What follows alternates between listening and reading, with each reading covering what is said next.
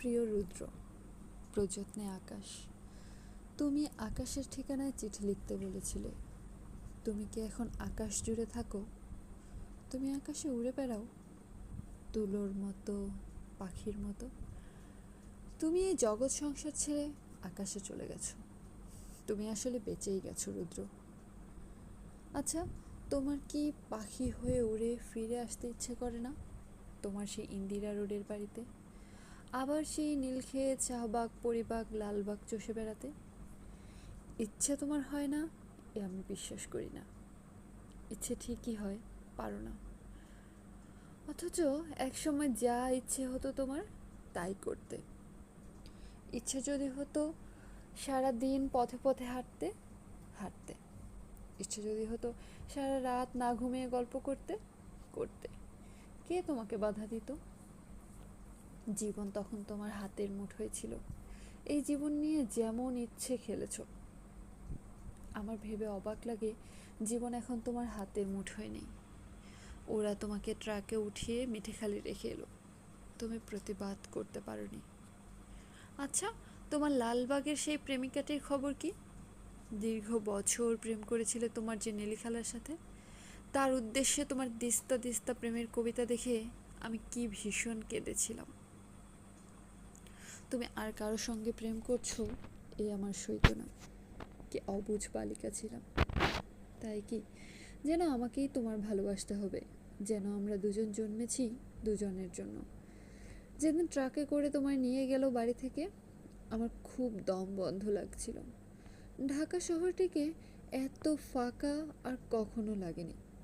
বুকের মধ্যে আমার এত হাহাকারও আর কখনো জমেনি। আমি ঢাকা ছেড়ে সেদিন চলে গিয়েছিলাম ময়মনসিংহে। আমার ঘরে তোমার বাক্স ভর্তি চিঠিগুলো হাতে নিয়ে জন্মের কান্না কেঁদেছিলাম। আমাদের বিচ্ছেদ ছিল 4 বছরের। এত বছর পরও তুমি কি গভীর করে বুকের মধ্যে রয়ে গিয়েছিলে সেদিন আমি টের পেয়েছি। আমার বড় হাসি পায় দেখে। এখন তোমার শয়ে শয়ে বন্ধু বেরোচ্ছে। তারা তখন কোথায় ছিল যখন পয়সার অভাবে তুমি একটি সিঙ্গারা খেয়ে দুপুর কাটিয়েছ? আমি না হয় তোমার বন্ধু নই, তোমাকে ছেড়ে চলে এসেছিলাম বলে।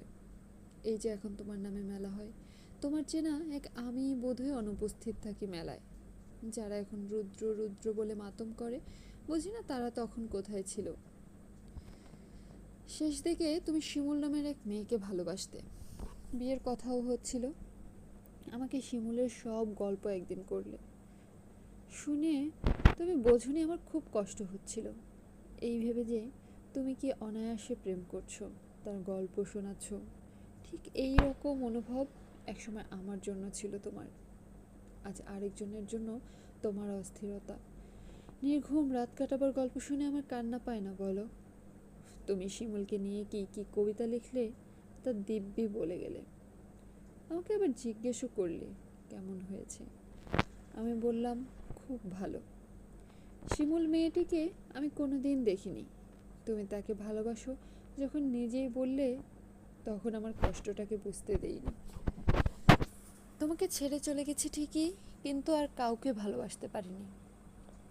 ভালোবাসা যে যাকে তাকে বিলোবার জিনিস নয়। আকাশের সঙ্গে কত কথা হয় রোজ, কষ্টের কথা, সুখের কথা। একদিন আকাশ ভরা জ্যোৎস্নায় গা ভেসে যাচ্ছিল আমাদের। তুমি 2-4টে কষ্টের কথা বলে নিজের লেখা একটি গান শুনিয়েছিলে। ভালো আছি, ভালো থেকো, আকাশের ঠিকানায় চিঠি দিও। মংলায় বসে গানটি লিখেছিলে। মনে মনে তুমি কার চিঠি চেয়েছিলে? আমার, নেলি খালার, শিমুলের? অনেক দিন ইচ্ছে তোমাকে একটা চিঠি লিখি। একটা সময় ছিল তোমাকে প্রতিদিন চিঠি লিখতাম, তুমিও লিখতে প্রতিদিন। সেবার আরমানিটোলার বাড়িতে বসে দিলে আকাশের ঠিকানা। তুমি পাবে তো এই চিঠি? জীবন এবং জগতের তৃষ্ণা তো মানুষের কখনো মেটে না। তবু মানুষ আর বাঁচে কদিন বলো? দিন তো ফুরোয়। আমার কি দিন ফুরোচ্ছে না? তুমি ভালো থেকো, আমি ভালো নেই। ইতি সকাল। পুনশ্চ আমাকে সকাল বলে ডাকতে তুমি। কত কাল ওই ডাক শুনি না। তুমি কি আকাশ থেকে সকাল, আমার সকাল বলে মাঝে মধ্যে ডাকো, নাকি আমি ভুল শুনি?